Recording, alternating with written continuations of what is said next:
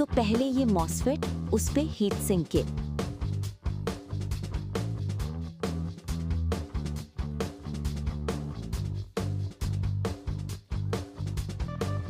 Final touch के लिए ये 12 वोल्ट डीसी सायरन।